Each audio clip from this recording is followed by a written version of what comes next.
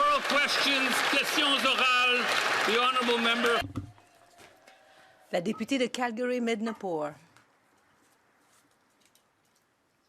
Monsieur le Président, ce premier ministre a déclaré qu'il allait appliquer une nouvelle discipline financière et qu'il allait plafonner les dépenses opérationnelles à 2 d'augmentation par année. Mais pourtant, il a présenté un demi-trillion de dollars de dépenses aux Canadiens de plus. Et les Canadiens ordinaires, eux, doivent y réfléchir à 2 fois avant de dépenser. Mais ce banquier ne connaît pas la discipline financière.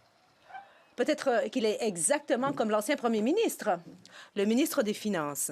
Merci, Monsieur le Président. Je suis ravie d'être de retour en Chambre et de travailler pour les Canadiens. Nous réalisons notre plan pour rendre la vie plus abordable au Canada. La première mesure que nous avons proposée, c'est une baisse d'impôts pour 22 millions de Canadiens. Il y a des Canadiens dans sa circonscription qui vont pouvoir profiter de cette baisse d'impôts. Nous éliminons la TPS pour l'achat d'une première maison et nous avons éliminé la taxe sur le carbone pour les consommateurs. Et nous nous attaquons au coût de la vie pour les Canadiens. Nous espérons que les conservateurs vont se joindre à nous. La députée de Calgary-Midnapore. Bon, les libéraux ne tirent aucune leçon et ne tiennent pas à leurs promesses. La ministre avait affirmé qu'elle économiserait 7 milliards de dollars sur les consultants qui sont si bien rémunérés. Mais maintenant, on peut voir que le gouvernement dépense 26 milliards de dollars sur les consultants. Il avait promis de plafonner les dépenses opérationnelles à une hausse de 2 seulement. Mais pourtant, il présente une facture de demi-trillion de dollars aux Canadiens. Alors, qui va-t-il choisir? Les Canadiens ou ses petits amis? Le revenu national. Monsieur le Président, c'est très clair. Nous avons déjà choisi les Canadiens et les Canadiens nous ont choisis. Inaudible pour l'interprète.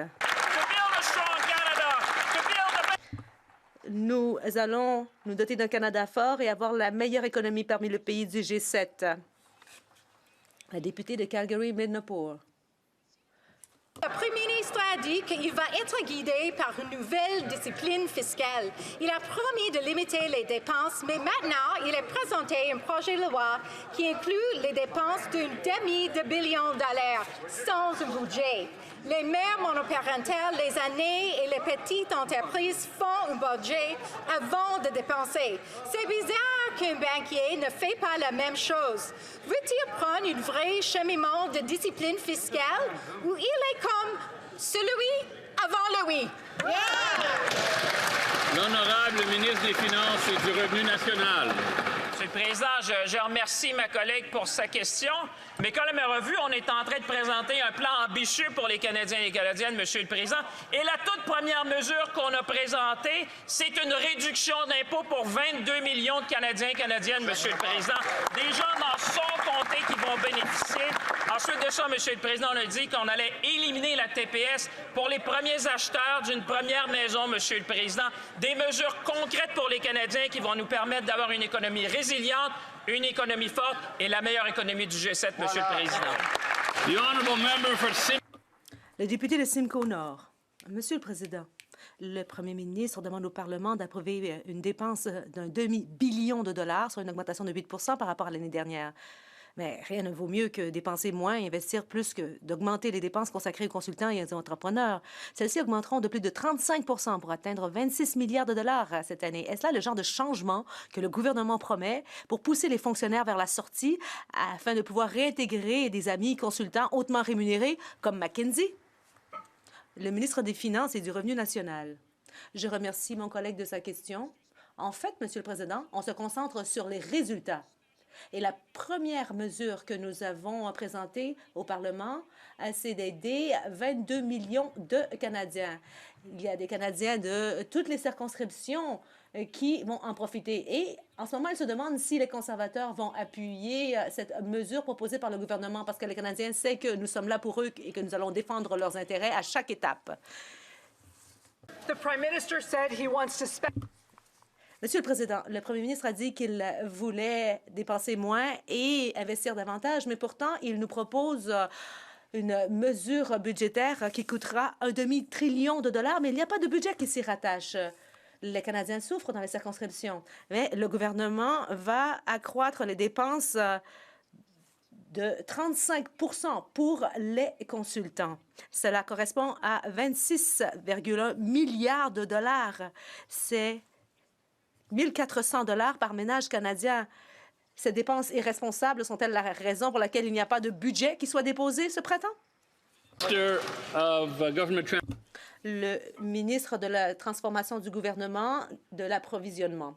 Je remercie ma collègue de sa question. Je suis fière de faire partie de ce nouveau gouvernement qui lutte pour les Canadiens, et ce depuis le tout premier jour. Nous proposons des mesures qui vont rendre la vie plus abordable pour 22 millions de Canadiens. C'est 840 dollars par famille en réduction d'impôts, et c'est une aide concrète pour les Canadiens. Je suis fière que nous prenions cette mesure dès la première journée.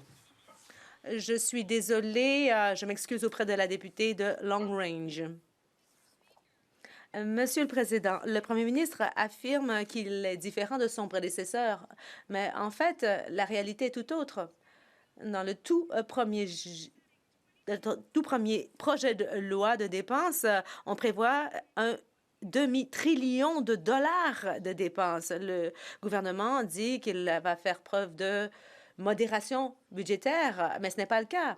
Les entrepreneurs, les mères célibataires doivent faire des budgets. Alors comment se fait-il qu'il n'est pas en mesure de faire la même chose?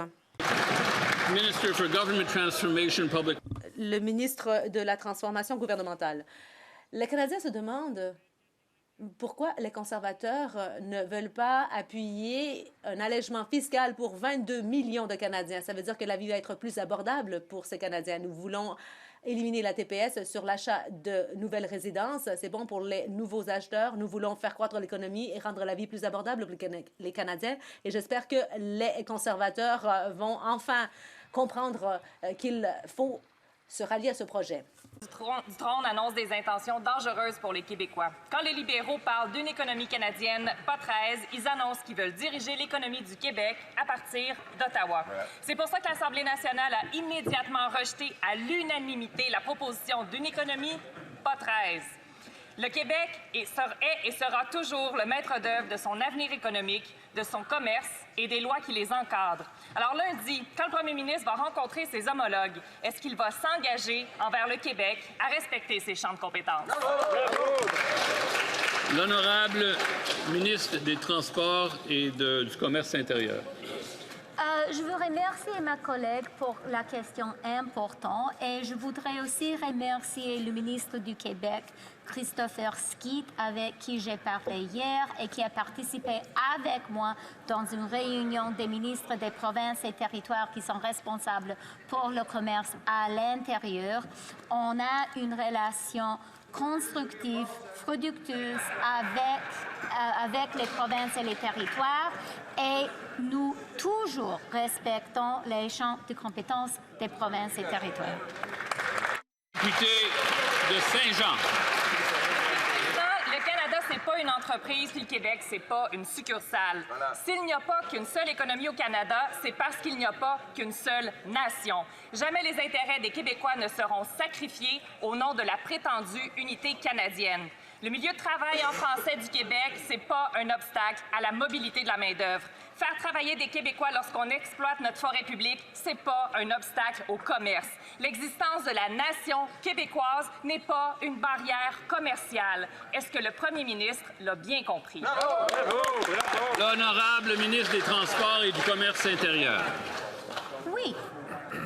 Comme le premier ministre a dit ce matin, notre gouvernement respecte et respectera toujours l'importance du Québec, l'importance de la nation québécoise, l'importance de la langue française.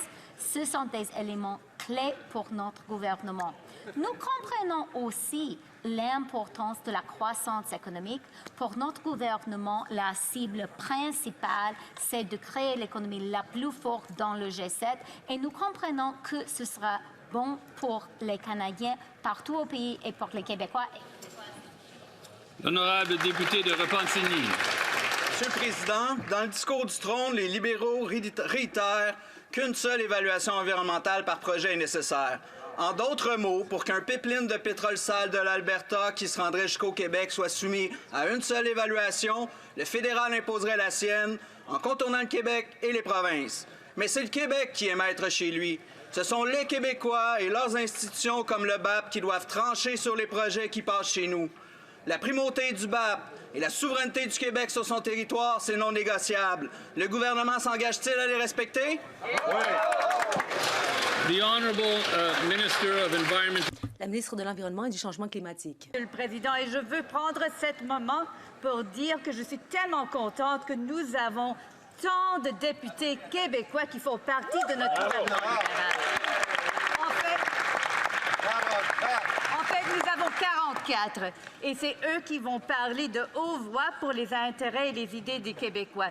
Je vais travailler toujours main à main pour les Québécois et je vais travailler avec nos députés pour assurer qu'ils sont bien entendus. Bravo! L'honorable député de Louis-Saint-Laurent, Aki-Wenrac. Louis-Saint-Laurent, Aki-Wenrac. Merci beaucoup, Monsieur le Président. Monsieur le Président, mardi, dans son discours, le roi a été très cinglant envers ceux qui ont géré de façon tout croche le Canada au cours des 10 dernières années. Il a dit, je cite, « Le gouvernement sera guidé par une nouvelle discipline budgétaire. » Eh bien, Monsieur le Président, le problème, c'est quelques heures après ce discours, voilà que le président du Conseil du Trésor a déposé son premier projet de loi des dépenses. Augmentation de 8 40 milliards de dépenses de plus. Monsieur le Président, jamais j'aurais pu croire que ces gens-là allaient faire pire que Justin Trudeau. Comment le premier ministre peut se lever, regarder les Canadiens dans les yeux et leur dire « Oui, moi je gère bien, je gère mieux, même mieux. » L'honorable ministre des Finances et du Revenu national. Monsieur le Président, mon collègue de Louis-Saint-Laurent sait que j'ai énormément de respect pour lui. Avec le nom complet, Louis-Saint-Laurent Wendac, je m'excuse, Monsieur le Président. Mais il y a une chose, il va être capable de regarder ses commettants dans les yeux, droit dans les yeux, Monsieur le Président, parce que, regardez, il y a une baisse d'impôts pour 22 millions de Canadiens et Canadiennes, Monsieur le Président. Cette fois-là, il va être capable de les regarder en disant « J'ai fait quelque chose pour vous, je vais voter avec le gouvernement libéral, parce qu'une baisse d'impôts, c'est une façon de démontrer aux Québécois, aux Québécoises et aux gens de son comté qu'il est là pour eux, Monsieur le Président. Je l'invite à voter en faveur de la motion. Ah oui. Honorable député de Louis-Saint-Laurent, Aki-Wenrac. Louis-Saint-Laurent, Aki-Wenrac. Monsieur le Président, le ministre qui se lève devrait être conscient que le roi a été très cinglant en disant qu'il fallait absolument une nouvelle approche de discipline budgétaire. Le ministre des Finances a une occasion en or de gérer comme il se doit, mais non, il augmente même les dépenses concernant les consultants. Monsieur le Président, jamais je pensais que le ministre des Finances allait faire pire que Justin Trudeau. Est-ce qu'il pourrait se lever, regarder dans les yeux les Canadiens et leur dire clairement « Oui, je vais gérer comme il se doit les fonds publics et non pas comme Justin Trudeau faisait. » L'honorable ministre de la Transformation, du gouvernement des Travaux publics et de l'approvisionnement. Merci, Monsieur le Président. Vous savez envers qui les Québécois ont été cinglants? Ils ont été cinglants envers le Parti conservateur lors de la dernière élection, qui n'a pas été capable de présenter, alors que ça faisait des années qu'ils nous demandaient une élection, un plan qui vaut le papier sur lequel il était écrit. Ils ont choisi, Monsieur le Président, un plan ambitieux pour, oui, rendre le gouvernement plus efficace, rendre l'économie plus forte et résiliente et rendre la vie plus abordable. Et c'est ce qu'on fait avec une baisse d'impôts pour 22 millions de Canadiens, 840 $ par famille. J'espère que le député de Louis-Saint-Laurent, Aki-Wenrac, supportera ce plan. Merci. The honourable member for Sherwood. Le député de Sherwood Park for Saskatchewan. Votre premier emploi est probablement le plus important de tous les emplois que vous occuperez parce que ça la met sur la voie d'une carrière. Mais après 10 ans d'échecs libéraux, cette voie est bloquée pour un jeune Canadien sur 7. Question chômage, c'est la crise. Plutôt que de s'attaquer à cette crise, les libéraux continuent de gaspiller des milliards de dollars en consultants et prévoient y consacrer 6 milliards de dollars de plus. Alors pourquoi créer un marché de l'emploi excellent pour l'élite libérale et un marché de l'emploi terrible pour les jeunes Canadiens? The honourable minister of... La ministre de l'Emploi et des Familles. Monsieur le Président, Je partage cette forte préoccupation avec mon collègue. Oui, nous voulons que les jeunes aient accès à de belles possibilités au pays, surtout en matière de premier emploi. Voilà pourquoi le programme d'emploi d'été pour les jeunes Canadiens va offrir des millions d'emplois à l'échelle du pays. Ce sont des emplois de qualité avec des employeurs de qualité et il y en a même dans ma propre circonscription. Le député de Sherwood-Parkford, Saskatchewan. Monsieur le Président, la ministre était assise à la table du cabinet pendant près de 10 ans et le taux de chômage est à la hausse constamment et c'est même un record outre la période durant la pandémie. Et il y a donc un projet de loi de dépenses qui est totalement extravagant qui vient d'être déposé et c'est pire que sous Justin Trudeau. 400 milliards de dollars devraient être accordés. Un chèque en blanc devrait être accordé comme ça, alors qu'il n'y a aucun plan qui nous soit présenté. La ministre de l'Emploi et des Familles. Monsieur le Président, le député d'en face tient un double discours. D'une part, il dit qu'on doit faire quelque chose, qu'on doit intervenir pour régler le chômage et pour que les jeunes puissent avoir accès à une expérience sur le marché du travail. Et d'autre part, il dit qu'on doit réduire les dépenses. Mais en fait, nous savons qu'on peut réaliser de grandes choses ensemble. Et c'est ce que les Canadiens veulent un peu partout au pays. Ils veulent des travailleurs qualifiés. Dans tous les secteurs, on en a besoin et nous allons collaborer avec les provinces et les territoires pour faire en sorte que nous ayons l'économie qui croisse le plus vite parmi les pays du G7. Le député de Brandon-Souris. Merci, Monsieur le Président. Cette semaine, le premier ministre a dépensé son tout premier projet de loi de dépenses et malgré sa promesse de plafonner les dépenses durant l'élection, il y a une hausse de 8 % des dépenses alors que le budget, les dépenses sont déjà très élevées. Il avait promis de plafonner les dépenses des consultants et ce n'est pas le cas. Tout cela sur le dos des Canadiens et au détriment de la prochaine génération. Quand est-ce que les libéraux vont enfin plafonner les dépenses et arrêter de mettre en péril l'avenir financier des jeunes Canadiens et les mettre en priorité? Et pourquoi ne pas annoncer un budget du printemps dès aujourd'hui? Le ministre des Finances et du Revenu national. Je félicite le député de son élection et je lui souhaite la bienvenue dans la Chambre des communes. Mais vous savez quoi? Les Canadiens nous appuient. Si le député avait écouté de près, il aurait compris que la toute première mesure que nous avons introduite en Chambre, c'est l'élimination de la TPS pour l'achat d'une première maison pour les premiers acheteurs. Cela permet aux jeunes de pouvoir entrer sur le marché de l'immobilier. Il y a des jeunes qui nous écoutent en ce moment. Ils comprennent que nous sommes là pour eux et que nous allons toujours travailler pour eux. Le député de Northumberland Clark.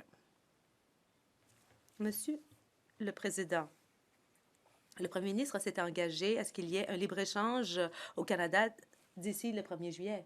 Mais tout juste après l'élection, le Premier ministre a rompu cette promesse. Il a dit qu'il allait présenter un projet de loi pour éliminer les obstacles entre le commerce interprovincial d'ici cette date-là. Alors pourquoi avoir trompé les Canadiens?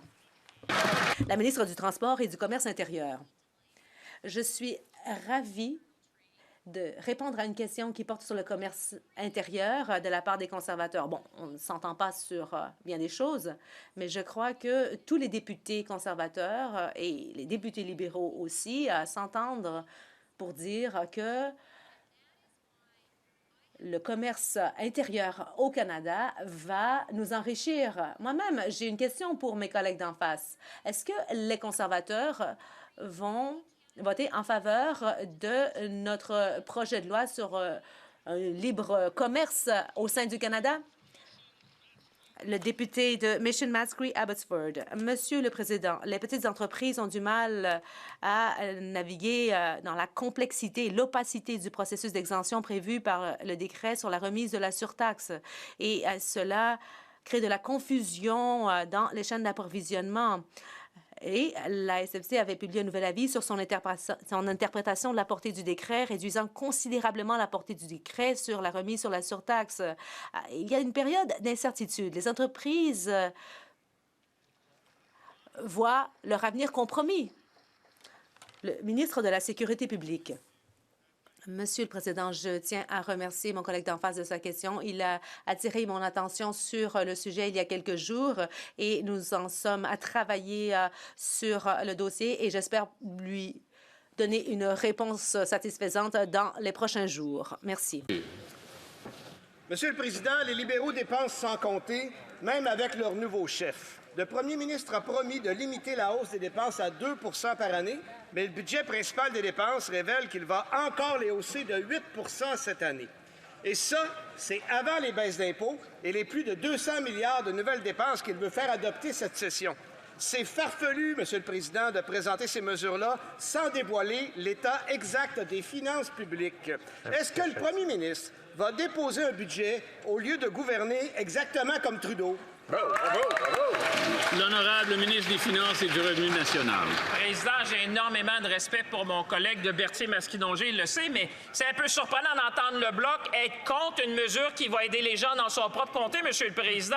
On vient de déposer la première motion en Chambre pour réduire l'impôt à 22 millions de Canadiens, Monsieur le Président. Ça peut représenter jusqu'à 840 $ pour une famille avec 2 revenus, Monsieur le Président. Une mesure importante pour les gens de Berthier-Masquinongé. Et les gens de Berthier-Masquinongé, Monsieur le Président, s'attendent à ce que leurs députés soient là pour eux et qu'ils votent en faveur de la motion présentée par ce nouveau gouvernement-là, Monsieur le Président. L'honorable député de Berthier-Masquinongé. Merci, Monsieur le Président. Les gens de Saint-Maurice-Champlain s'attendent à ce que les députés fassent un budget avant de dépenser l'argent. C'est comme si le premier ministre avait suivi les dépenses de Trudeau puis s'était dit « Just watch me ». Prochaine affaire, il va se pointer ici avec des Adidas. Monsieur le Président, le premier ministre prouve qu'on est devant la 4e même édition du même gouvernement libéral. Ils essaient encore de faire croire qu'ils peuvent continuer de dépenser tout en baissant les revenus, sans creuser la dette, ni réduire les transferts aux provinces. Bien qu'ils nous montrent comment on fait ça dans un budget. La transparence, est-ce que c'est trop demandé? L'honorable ministre des Finances et du Revenu national. Je veux remercier d'abord mon collègue qui m'a permis de saluer les gens de Saint-Maurice-Champlain qui m'ont envoyé ici pour un 4e mandat, Monsieur le Président, que je vais remplir avec humilité et conviction. Et la conviction, Monsieur le Président, c'est justement de présenter un cadre financier, comme on l'a dit, un budget au début de l'automne. C'est une façon prudente de faire les choses. Ça sera un budget ambitieux, un budget qui va nous permettre de bâtir le Canada de demain, Monsieur le Président. Et je sais que c'est exactement ce que les Canadiens et les Canadiennes s'attendent, c'est de bâtir une économie forte, la plus forte économie du G7 et un Canada résilient, un Canada fort, Monsieur le Président. Le député de Cloverdale, Langley City. Monsieur le Président, récemment, j'ai discuté avec un jeune homme qui m'a dit que, à moins que mes parents ne meurent et me lèguent leur maison, je ne serai jamais propriétaire. Et c'est la réalité pour bon nombre de jeunes Canadiens d'aujourd'hui. Alors, imaginez donc leur choc lorsqu'ils entendent le nouveau ministre du Logement dire que les prix des logements n'ont pas besoin de baisser. Sous l'ancien maire de Vancouver, les prix des logements ont grimpé de 150 % les loyers de 50 % et le nombre de sans-abri de 40 %. S'il n'a pas réglé le problème à l'époque et qu'il ne voit pas qu'il y a un problème aujourd'hui, jusqu'où compte-t-il laisser les prix grimper? Jusqu'où est-ce que ça ira? Le ministre du Logement. Monsieur le Président, je remercie la députée d'en face de sa question. Cette semaine, nous rencontrons des conseillers municipaux, des maires à la Fédération canadienne des municipalités et j'inviterai la députée à se montrer prudente car elle a tenu des propos plutôt insultants. Nous abaissons la TPS pour les premiers acheteurs. Cela constituera une économie de plus de 50 000 $ pour les premiers acheteurs et c'est ce que notre gouvernement fait. Le député d'Aurora, Oak Ridges, Richmond Hill. Monsieur le Président, c'est le chaos total dans le marché immobilier du Grand Toronto. Les données récentes montrent que les ventes dans la région sont au plus bas depuis le crash des années 90. Les ventes sont 89 % en deçà de la moyenne sur 10 ans et les ventes de condos ont chuté de 94 % sur la moyenne sur 10 ans. Les prix sont trop élevés pour les acheteurs et trop bas pour les vendeurs. Les vendeurs n'ont pas les moyens de vendre et les acheteurs n'ont pas les moyens d'acheter. D'après le rapport, d'ici 2 ans, il y aura une pénurie de logements.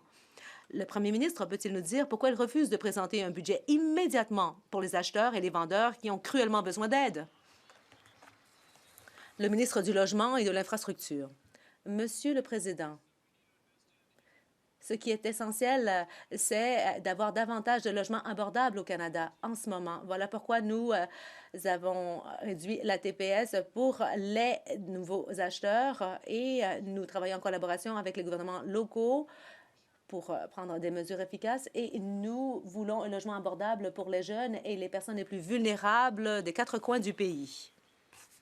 Le député de York-Durham. Monsieur le Président, cette semaine, On a appris que les ventes dans le Grand Toronto sont à la baisse, une baisse de 89 sur une moyenne de 10 ans.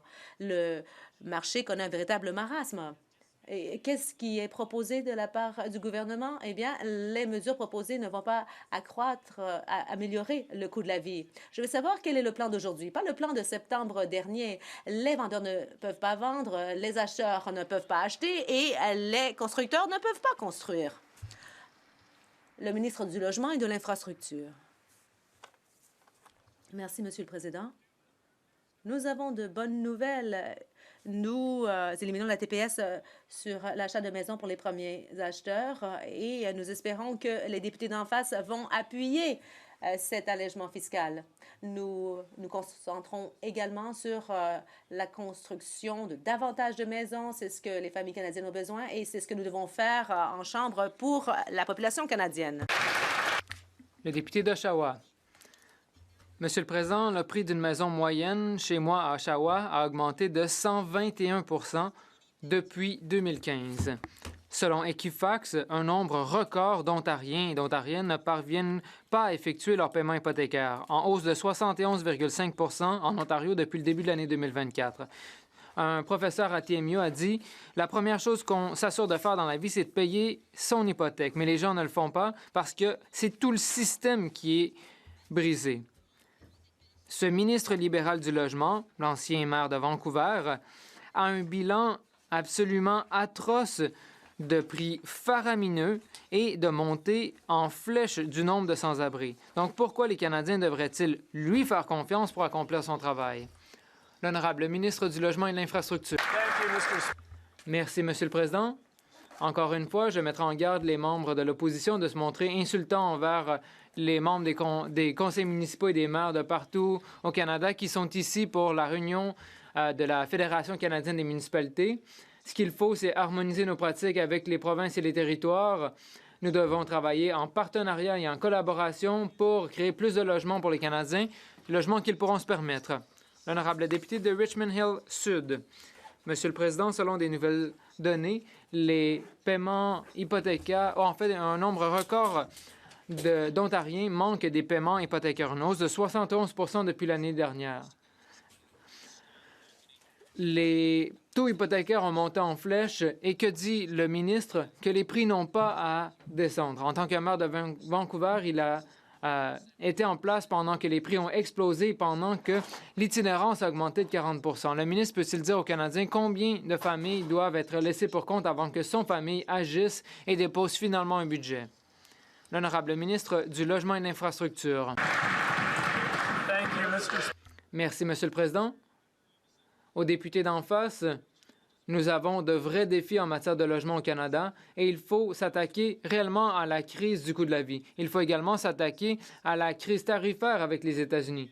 Les tarifs ont des répercussions sur les Canadiens et les Canadiennes, sur le coût de la vie, sur nos marchés.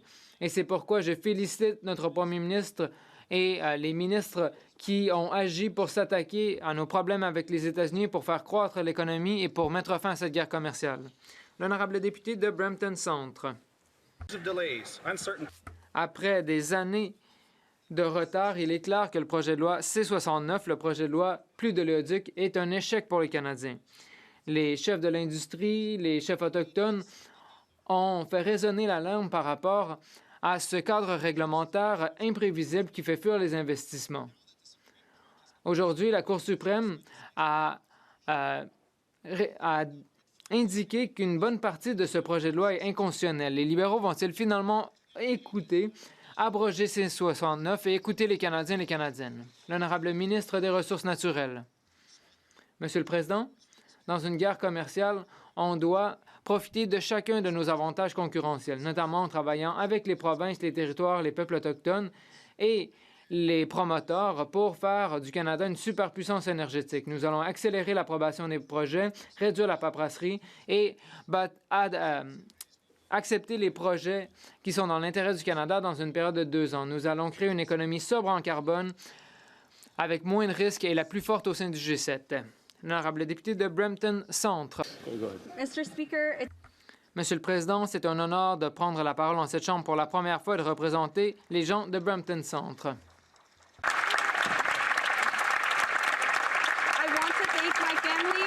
Je tiens à remercier ma famille, mes amis, mon équipe de campagne et mes électeurs pour leur amour et leur soutien.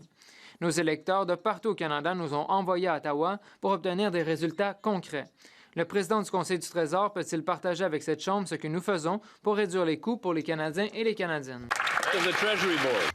Le président du Conseil du Trésor. Monsieur le Président, je suis honoré de travailler avec la nouvelle députée de Brampton Centre afin d'obtenir des résultats pour notre communauté et pour tous les Canadiens. Ces derniers ont élu un gouvernement pour mettre en place des résultats concrets. Notre première action, une réduction d'impôts pour 22 millions de Canadiens et de nouvelles mesures pour les acheteurs d'une première maison. Et nous retirons de la loi le prix sur le carbone pour les consommateurs. Nous prenons des mesures concrètes pour rendre la vie plus abordable pour les Canadiens et les Canadiennes et pour construire un Canada fort. L'honorable député de Calgary-Crowfoot. Lorsque ce gouvernement est arrivé au pouvoir en 2015, ils ont mis fin à 16 projets de développement et ont chassé des milliards en investissement. Cela s'est traduit par des pertes d'emplois, des milliers de pertes d'emplois dans ma ville, et C-69 continue de faire en sorte qu'il est impossible de construire des oléoducs nécessaires pour permettre à nos ressources de se rendre au marché et développer notre indépendance économique. Le premier ministre engage-t-il aujourd'hui à annuler la loi C-69 de Justin Trudeau, oui ou non? Le ministre de l'Énergie et des Ressources naturelles. Monsieur le Président, j'ai été clair, nous allons appuyer les oléoducs s'il y a un consensus national.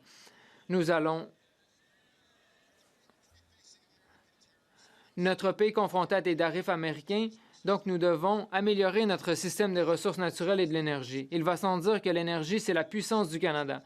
Nous allons construire l'économie la plus forte du G7, créer des emplois pour les Canadiens et les Canadiennes et permettre à nos négociateurs d'avoir les meilleures cartes en main. Les négociateurs canadiens vont gagner cette guerre commerciale. L'honorable député de Miramichi-Grand Lake. Monsieur le Président, les conservateurs et les Canadiens savent que si on paie plus de taxes au gouvernement, ce n'est pas le climat qui va s'améliorer. Les conservateurs défendent les Canadiens et dénoncent la taxe carbone depuis près d'une décennie. Ce gouvernement a fait une grande annonce au mois de mars lorsqu'il a dit aux Canadiens qu'il allait abroger la taxe carbone. Après que les Canadiens lui aient demandé de le faire pendant des années, il a finalement accepté d'éliminer la taxe carbone sur les consommateurs. Va-t-il également abroger la taxe carbone industrielle pour que les entreprises canadiennes soient compétitives sur la scène mondiale, oui ou non? L'honorable ministre des Changements climatiques. Bon, Monsieur le Président, c'est une question intéressante. En fait, je suis contre l'hypothèse de mon collègue. Si on a à cœur le secteur privé, il faut regarder ce qui leur coûte de l'argent à l'heure actuelle, c'est-à-dire les tarifs américains qui nuisent aux entreprises. Nous défendons les Canadiens et les Canadiennes, l'économie canadienne. Nous savons ce qu'il faut faire. C'est ce que nous ont demandé de faire les Canadiens et les Canadiennes et c'est ce que nous allons continuer de faire. L'honorable député de Bow River. Monsieur le Président, le premier ministre dit que la moitié du pétrole canadien doit rester dans le sous-sol canadien. Et le directeur parlementaire du budget dit que cela coûtera 54 000 emplois et 24 milliards de dollars à l'économie canadienne. Ce programme qui vise à laisser les ressources dans le sol nous rend plus dépendants du pétrole étranger, nuit à notre économie, punit les familles de l'Alberta qui ont construit le secteur énergétique canadien. Donc, je demande une question oui ou non au premier ministre. Va-t-il abolir le plafond sur l'énergie canadienne qui tue les emplois et rétablir l'indépendance canadienne? L'honorable ministre de l'Énergie et des Ressources naturelles. Monsieur le Président, mon objectif, c'est de construire lorsqu'il y a un consensus. Nous allons accélérer l'approbation des projets, réduire la paperasserie et approuver les projets à l'intérieur de 2 ans. Nous allons construire un Canada fort et nous protéger des tarifs américains. Si nous travaillons ensemble avec les partenaires autochtones et les travailleurs et les travailleuses et de façon transpartisane. J'encourage mes collègues conservateurs à se joindre à nous pour créer de nouveaux emplois, créer l'économie la plus forte du G7 et faire du Canada une superpuissance énergétique. L'honorable député de Swift Current, Grasslands, Kindersley. Après 10 ans de politique anti-énergétique libérale, la dévastation se poursuit. Il y a déjà eu des milliers d'emplois perdus dans le secteur et en raison des ministres radicaux de l'avant-ban, le plafonnement de l'énergie coûtera 54 000 emplois de plus et des milliards de dollars à l'économie canadienne. Le premier ministre a dit qu'il avait un plan pour construire au Canada, mais déjà, il s'engage à ne pas abroger le plafonnement sur l'énergie. Le ministre s'engage-t-il à éliminer ce plafond ou va-t-il maintenir cette politique dévastatrice? L'honorable ministre des Changements climatiques. Monsieur le Président, après avoir vu de l'inaction complète pendant l'époque conservatrice, ce que nous avons compris, c'est que on n'obtient pas de résultats si on ne fait aucune évaluation environnementale, si on refuse de consulter les peuples autochtones. Ce que nous allons faire, c'est faire en sorte de construire un système d'évaluation rapide et efficace pour permettre au projet d'être construit. C'est ce que nous allons faire. L'honorable député de Saint-Albert, Sturgeon River. Monsieur le Président, lorsque le premier ministre dit « J'étais président de Brookfield », il a enregistré 30 milliards de dollars de fonds d'investissement dans des paradis fiscaux aux Bermudes et aux îles Caïmans, tout cela pour éviter de payer des impôts au Canada. Le premier ministre refuse de dire la vérité et de divulguer ses avoirs aux Canadiens. Mais les Canadiens méritent de savoir, est-ce que le premier ministre a des avoirs financiers cachés dans des paradis fiscaux étrangers, oui ou non? L'honorable leader du gouvernement à la Chambre. Monsieur le Président, les Canadiens et Canadiennes devraient être rassurés que nous avons les exigences en matière d'éthique les plus strictes au monde pour les détenteurs de charges publiques. Le premier ministre s'est plié à ces exigences et, de façon proactive, il a envoyé tous les documents nécessaires au commissaire à l'éthique. Il s'est bien sûr conformé aux règles. Et se conformer aux règles, c'est quelque chose que nous allons toujours faire de ce côté-ci de la Chambre. L'honorable député de Saint-Albert, Sturgeon River. Monsieur le Président, si le premier ministre veut se montrer transparence, il peut dévoiler ses actifs aux Canadiens. Et cela présente la question, pourquoi? Est-ce que c'est parce que monsieur, il faut jouer du coude, qui s'auto-programme, le Capitaine Canada, évite de payer des impôts au Canada? L'honorable leader du gouvernement à la Chambre. Monsieur le Président, je ne sais pas si avoir recours aux théories du complot va faire avancer la cause conservatrice. Ce que je peux dire à mon collègue, c'est que les Canadiens devraient être rassurés par le fait que nous avons les exigences les plus strictes au monde en matière d'éthique et le premier ministre s'est conformé à ces exigences, les a même surpassées. Chasse des êtres humains, Lévis. Monsieur le Président, récemment, à Lévis, 10 000 personnes ont eu recours à l'aide alimentaire. C'est 2 fois plus qu'en 2021. Ce sont maintenant des travailleurs à temps plein qui n'arrivent plus à se nourrir. Pendant ce temps, les libéraux promettent de réduire les dépenses le matin, puis les augmentent en après-midi de 8 Monsieur le Président. Nouveau visage du premier ministre, mais les mêmes mauvais plis. Le premier ministre réalise-t-il que ces dépenses incontrôlées nourrissent l'inflation et poussent les Canadiens dans les banques alimentaires, Monsieur le Président? L'honorable ministre des Finances et du Revenu national. Monsieur le Président, je remercie ma collègue pour ça. On est tous concernés par cette situation-là à travers le pays. C'est pour ça, Monsieur le Président, que la toute première mesure que le gouvernement a présentée, c'est une mesure sur l'abordabilité. S'assurer que 22 millions de Canadiens et Canadiennes à travers le pays puissent payer moins d'impôts, Monsieur le Président, parce que la meilleure façon de permettre aux Canadiens de pouvoir avoir une vie présentement, d'avoir le retour sur... De pouvoir continuer à avoir leur revenu, Monsieur le Président, c'est de pouvoir payer moins d'impôts. C'est une des façons, Monsieur le Président, d'aider les Canadiens et Canadiennes à travers le pays. C'est ce qu'on va continuer de faire. L'honorable député de Bellechasse, les Échemins, Lévis. Monsieur le Président, ceux qui ont des retours actuellement, c'est les firmes externes. C'est 36 de plus, c'est 6 milliards de plus qu'ils vont recevoir. Il y a 10 000 personnes dans mon comté qui sont des banques alimentaires. On peut-tu avoir la décence, au moins, d'avoir un budget ce printemps, Monsieur le Président?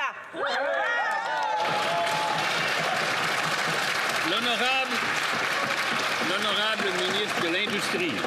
Merci, Monsieur le Président. Vous savez, présentement, notre objectif, c'est d'aider les gens qui ont de la difficulté à arriver à la fin du mois. C'est pourquoi nous avons couper les taxes pour la classe moyenne, fait en sorte qu'on coupe la TPS aussi pour les gens qui achètent une première maison. Et en plus, ma collègue le sait très bien, on est présentement dans une guerre tarifaire. Notre objectif est de se battre pour créer des emplois, protéger ceux qui sont présentement menacés et encore et toujours investir pour créer l'économie la plus forte du G7. Merci. Bravo. L'honorable député de Beauport-Limoilou. Merci, Monsieur le Président. J'en profite pour vous féliciter et je prends la parole pour la première fois ici comme député de Beauport-Limoilou, dont je remercie les citoyens pour leur confiance. Alors, le mois dernier, mes électeurs ont réclamé du changement qui leur permettra de remettre plus d'argent dans leur poche. Le ministre peut-il expliquer ce que va faire ce gouvernement pour rendre plus abordable pour les Québécois et les Canadiens? L'honorable ministre de la Transformation du gouvernement des Travaux publics et de l'Approvisionnement. Merci beaucoup, Monsieur le Président. Moi aussi, j'aimerais remercier mon monde de Louis Hébert, sans qui rien n'aurait été possible. Merci de m'avoir renouvelé leur confiance. Mais j'ajouterais que je remercie les citoyens de Beauport-Limoilou de nous donner une troisième voix à Québec, un troisième député avec mon ami et collègue de Québec-Centre. Fort de sa voix, on va pouvoir défendre encore davantage les intérêts de la région de Québec. Et fort de sa voix, Monsieur le Président, on agit déjà avec une baisse d'impôts pour 22 millions de Canadiens, 840 $ par ménage en moyenne. Il peut en être fier et j'espère qu'on aura l'appui de toute cette Chambre alors qu'on livre pour les Canadiens pour un pays plus abordable et une économie plus forte. Merci beaucoup. L'honorable député de Kamloops, Thompson Nicolas. Monsieur le Président, ce gouvernement n'est pas sérieux en matière de sécurité publique. Nous avons appris récemment que les accusations de terrorisme avaient augmenté de 488 %. Si vous pensez que cette statistique et le problème qui l'accompagne seraient indiqués dans le discours du trône, vous avez tort. Pourquoi ce gouvernement manque-t-il autant de sérieux sur une question qui touche tous les Canadiens? L'honorable ministre de la Sécurité publique. Merci, Monsieur le Président. Bon, il est clair que mon collègue d'en face n'a pas écouté le discours du trône parce qu'on y a annoncé des mesures importantes en matière de sécurité. Il y a de nouvelles menaces à notre sécurité qui émergent à tous les jours. Les forces de l'ordre au Canada ont des ressources considérables pour s'y attaquer. Nous continuons à enquêter, à poursuivre ceux qui cherchent à nuire à notre sécurité. Notre gouvernement sera toujours là pour protéger les Canadiens. L'honorable député de Kamloops, Thompson Nicolas.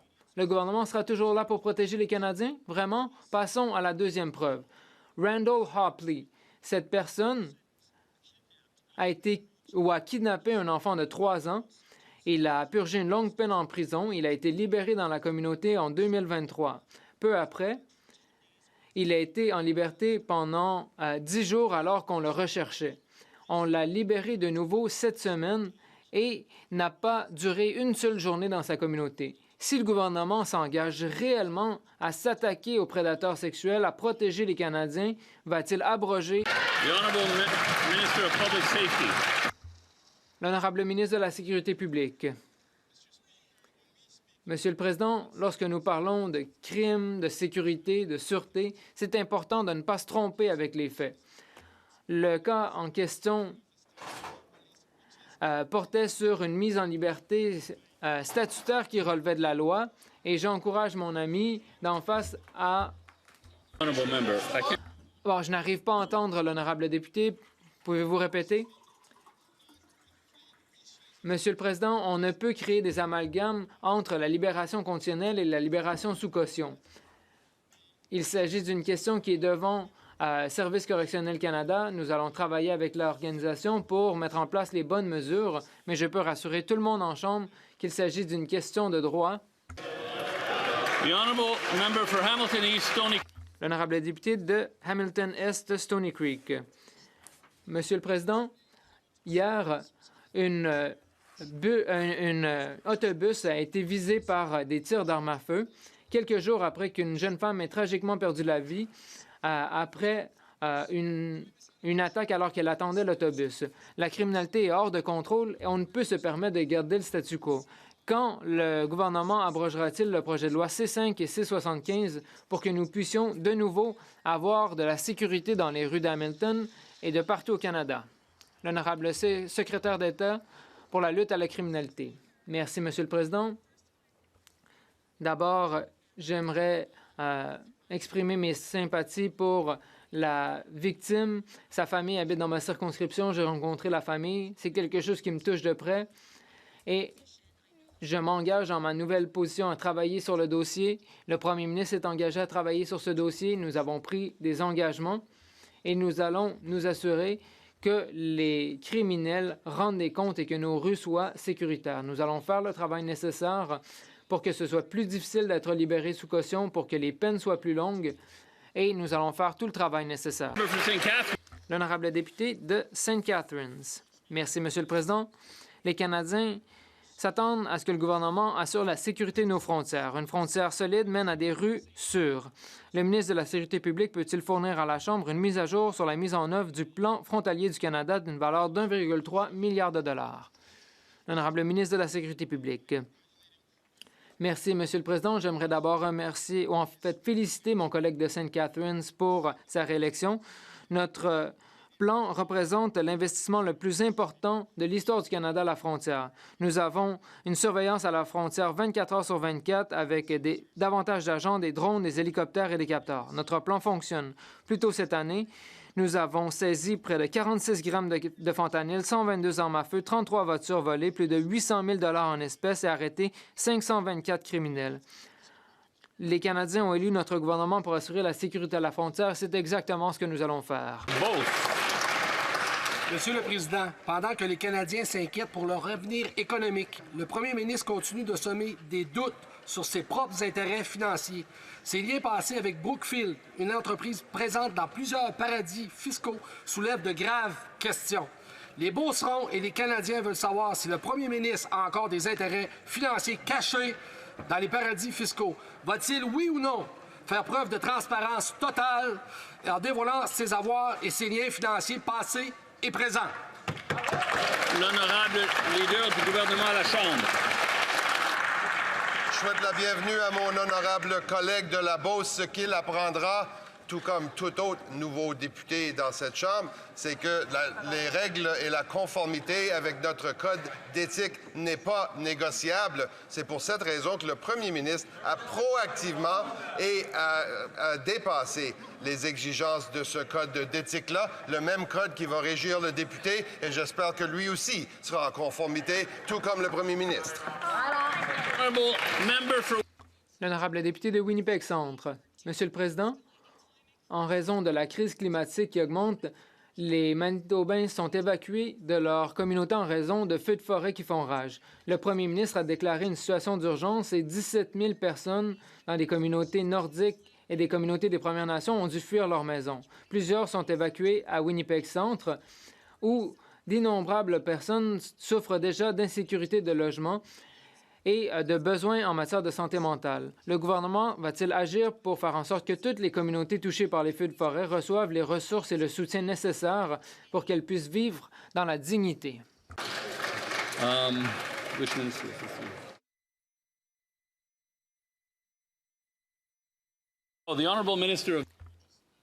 L'honorable ministre de la Protection civile.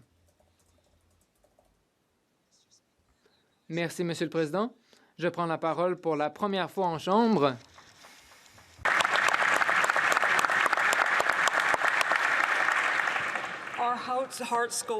Nous sommes de tout cœur avec les communautés qui sont touchées par les feux de forêt, et ce, d'un océan à l'autre. Hier soir, le premier ministre et moi avons reçu la demande du Manitoba demandant des évacuations aériennes pour 2 communautés des Premières Nations du nord-ouest du Manitoba et nous avons bien sûr accédé immédiatement à cette demande. Bon nombre de communautés sont touchées par les feux de forêt. L'honorable député du Nunavut. Les peuples autochtones doivent obtenir un consentement libre, préalable et éclairé pour les projets réalisés sur leur territoire. Lors de la dernière législature, j'ai abordé cette question dans le cadre d'un projet de loi d'initiative parlementaire. Le discours du trône a promis un projet, un examen, mais fait fi de la Déclaration des Nations unies sur les droits des peuples autochtones. Le premier ministre entend faire du Canada une superpuissance énergétique. Ce n'est pas surprenant que l'APN soit préoccupé. Le ministre reviendra-t-il sur son approche coloniale ou est-ce que les droits des peuples autochtones seront violés? L'honorable ministre des Relations couronnes autochtones, des services aux Autochtones plutôt. Relations couronnes autochtones, Monsieur le Président. Merci, Monsieur le Président. Nous sommes confrontés à un défi unique qui nous demande une coopération pour les projets d'intérêt national afin que le Canada ait l'économie la plus forte du G7. La Couronne, y compris les provinces et les territoires, doivent consulter les peuples autochtones afin d'appuyer l'autodétermination autochtone. Ce partenariat respecte nos engagements juridiques et la réconciliation. Nous n'allons pas faire de commentaires sur les questions provinciales, mais nous nous engageons à travailler avec tout le monde pour construire un Canada plus fort. Merci, Monsieur le Président. C'est ce qui met fin à la période des questions. And it's time for... Il est temps pour la déclaration du jeudi. Le leader adjoint a donc un message. Du jeudi, le moment de la semaine le plus attendu par les Canadiens qui assistent assidûment aux travaux de la Chambre, Monsieur le Président. Vous me permettrez